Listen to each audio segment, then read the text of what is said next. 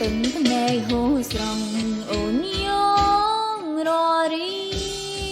trái tung nghìn proyok mình hiên hà say prap thay on chật thay sai chân đai snai ô snai mong rinh chran nước mong nâng kri đam đai xuống sông ao ôn ham pra tiệp bay đal ôn sro lạnh bong pe pi bay bong chi nè ni